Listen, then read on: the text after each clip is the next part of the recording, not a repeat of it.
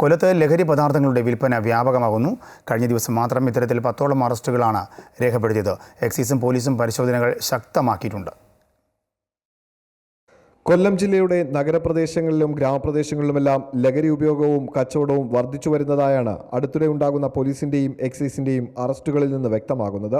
കൊല്ലം ചവറയിൽ കഴിഞ്ഞ ദിവസം 17 gram MDMA-യുമായി boxing പരിശീലകനായ യുവാവിനെ പിടികൂടി. പന്മന വടുതല സ്വദേശി ഗോകുലിനെയാണ് എക്സൈസ് സംഘം പിടികൂടിയത്. ഓപ്പറേഷൻ ക്ലീൻ സ്ലേറ്റിന്റെ ഭാഗമായി excise enforcement and anti narcotic special squad പരിശോധന ശക്തമാക്കിയിരുന്നു.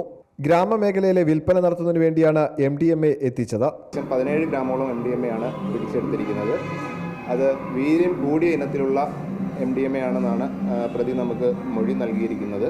ഗ്രാമിന് 8,000 മുതൽ 10,000 രൂപ നിരക്കിലാണ് ഇയാൾ വിൽപ്പന നടത്തുന്നത്. കഴിഞ്ഞ 6 മാസത്തിനിടയിൽ ഏകദേശം 150 കിലോയോളം കഞ്ചാവാണ് നമ്മൾ സ്പെഷ്യൽ സ്ക്വാഡ് പാർട്ടി പിടിച്ചെടുത്തിട്ടുള്ളത്.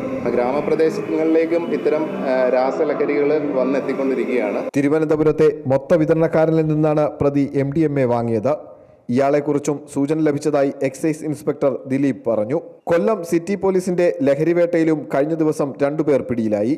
MDMA-യുമായി ഇടവ സ്വദേശികളായ സജീവ്, ഡിബിൻ എന്നിവരാണ് പിടിയിലായത്.